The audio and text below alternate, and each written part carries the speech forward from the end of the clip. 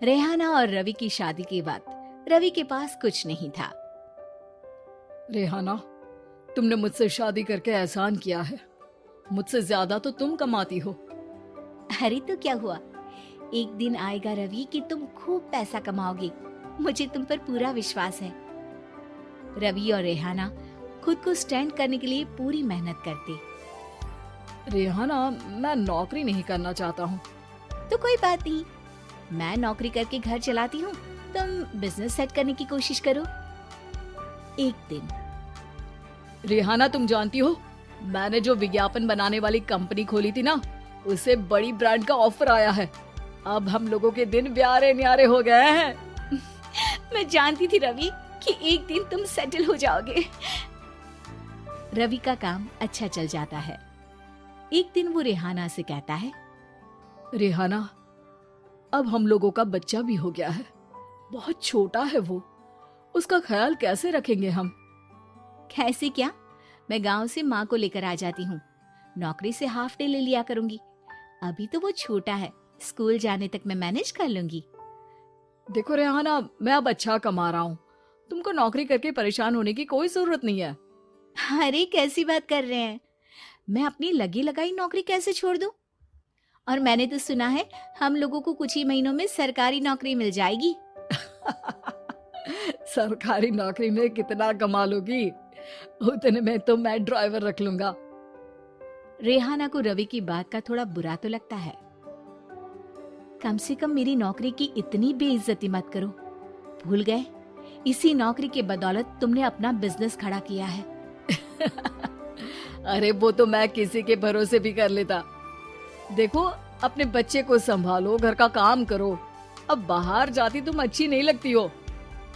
रेहाना रवि के कहने पर नौकरी तो छोड़ देती है, लेकिन अब बड़े से घर में उसकी कीमत किसी नौकर से कम नहीं होती। एक दिन रवि का दोस्त आता है। भाभी, हम लोग तो आपको तब से जानते हैं जब से आप लोग शादी होकर इस शहर में आए थे। आपकी बदौलत ही सारा बिजनेस खड़ा हुआ है। ये किस्मत तो आप ही की है भाभी। हाँ हाँ भाई, हमारी मेहनत तो कुछ है ही नहीं। अरे होगी, लेकिन भाभी की किस्मत के आगे कुछ नहीं। दोस्त वहां से चला जाता है, लेकिन रवि का गुस्सा 7वें आसमान में होता है। देखा कैसे बोल रहा था? अरे बिल्कुल अच्छा आदमी नहीं है ये। कैसी बात कर रहे हैं आप? प्रशांत भैया तो बहुत अच्छे इंसान है रवि। कैसे उन्होंने हमारे मुश्किल वक्त में हमारा साथ दिया था। अरे था पैसा तो साथ दिया, नहीं तो कौन पूछता है? रवि का व्यवहार पैसा आते ही अलग हो गया। वो बंदे को बंदा नहीं समझता। घमंड से घिरे रवि ने तो एक दिन हद ही कर दी। रेहाना, मैं अब तुम्हारे साथ नहीं रह सकता हूँ। क्या क्या बकवास कर रहे हो रवि? क्या कहना चाहते हो? और क्यों नहीं रह सकते तुम मेरे साथ? देखो, मुझे कोई और पसंद है और उसने साथ रहने पर बस यही शर्त रखी है कि मुझे तुम्हें तलाक देना होगा। रेहाना, जो कि एक स्वावलंबी महिला थी, उसने बिना देर किए रवि को कह दिया, कोई इश्यू नहीं, मुझे पैकिंग में 4 दिन का वक्त लगेगा, लेकिन तब तक मैं तुम्हारे साथ नहीं रहूंगी। 4 दिन के लिए तुम कहीं और शिफ्ट हो जाओ, मैं घर से निकलूंगी तो बता दूंगी। रवि घर छोड़कर चला जाता है। रेहाना को दुख होता है, वो रोती है, लेकिन व्यवहार से स्ट्रांग रेहाना को पति के वापस आने का और उसे सबक सिखाने का पूरा भरोसा था। फिर एक दिन, अरे शुशिका, कब शादी करोगे तुम मुझसे?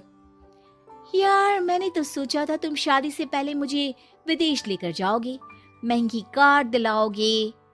अरे सब दिला दूंगा, लेकिन पहले मुझसे शादी तो कर लो। हाँ हाँ, क्यों नहीं। मैं कुछ दिनों के लिए अपने मम्मी पापा के पास जा रही हूँ और लोगों से अपनी शादी की बात करूंगी। अरे शुशिका, कैसे रहूंगा मैं तुम्हारे बिना? अब तो शादी ही होने वाली है हम लोगों की। शुशिका रवि को छोड़कर चली जाती है। रवि घर आता है, जहाँ रेहाना को ना पाकर उसे सब अजीब लगता है। घर तो रेहाना के बिना कुछ नहीं है, बच्चे की याद भी आ रही है। चलो एक वीडियो कॉल कर लेता हूँ। रवि रेहाना को वीडियो कॉल करता है, लेकिन रेहाना फोन नहीं उठाती। रात को सोते वक्त, मन कर रहा है मुन्ने को गले लगा लूं। चलो कोई ना, शुशिका से शादी के बाद मेरे और भी बच्चे होंगे। अगले दिन रवि ऑफिस जाता है जहाँ टीना खड़ी होती है। सर, आपने अपने नए ऐड के लिए मॉडल की रिक्वायरमेंट डाली थी ना, मैं उसी के लिए आई हूँ। रवि टीना को देखकर खुश हो जाता है। अब शादी हो गई है तुम्हारी? नहीं सर, बस अच्छा सा हैंडसम और अमीर लड़का देख रहे हैं मेरे मम्मी पापा। रवि के दिमाग से तो टीना को देखकर शुशिका का ख्याल भी खत्म हो जाता है। अरे यार, ये लड़की मिल जाए कितनी सुंदर है। शुशिका तो इसके आगे कुछ नहीं है। क्या तुम्हें ऐसा नहीं लगता कि मुझसे मिलकर तुम्हारी ये खोज खत्म हो गई है? आप तो 2 बच्चों की पापा लग रहे हैं। अरे नहीं नहीं, मेरी शादी तो हुई थी, लेकिन बीवी को किसी और से प्यार था, मुझे छोड़कर चली गई। खैर, टीना की दोस्ती रवि से हो जाती है, लेकिन 1 महीने बाद शुशिका रवि के पास वापस आती है। मेरे मम्मी पापा तुमसे मिलना चाहते हैं, लेकिन उन लोगों को ये मत बताना कि तुम पहले से शादीशुदा हो, और हाँ, शादी से पहले अपनी सारी प्रॉपर्टी तुमको मेरे नाम करनी होगी। अरे पागल, अब मैं तुमसे शादी ही नहीं करना चाहता। भला ऐसी लालची औरत से कौन शादी करेगा? तभी वहाँ टीना आ जाती है। रवि, ये पागल सी औरत कौन है? देखो, तुमने ही कह दिया ना पागल, तो पागल ही है। पता नहीं कौन है, कह रही है शादी कर लो, लेकिन शादी से पहले अपनी सारी प्रॉपर्टी मेरे नाम कर दो। बोल तो सही रही है। वैसे तुम जानती हो, मेरी एक सहेली है, उसके पति ने उसे पैसा आते ही छोड़ दिया, जबकि उसको खड़ा करने वाली ही मेरी सहेली थी। और मुझे भी भरोसा नहीं है, अगर मैं भी तुमसे शादी करूंगी तो तभी जब तुम मेरे नाम अपनी सारी प्रॉपर्टी कर दोगे। अरे हाँ हाँ, क्यों नहीं, बिल्कुल कर दूंगा। रवि और टीना की शादी की तारीख तय हो जाती है। वो अपनी सारी प्रॉपर्टी के कागज लेकर शादी वाली जगह पर पहुंचता है, लेकिन वहां टीना आती नहीं। रवि टीना को मैसेज करता है, कहाँ हो?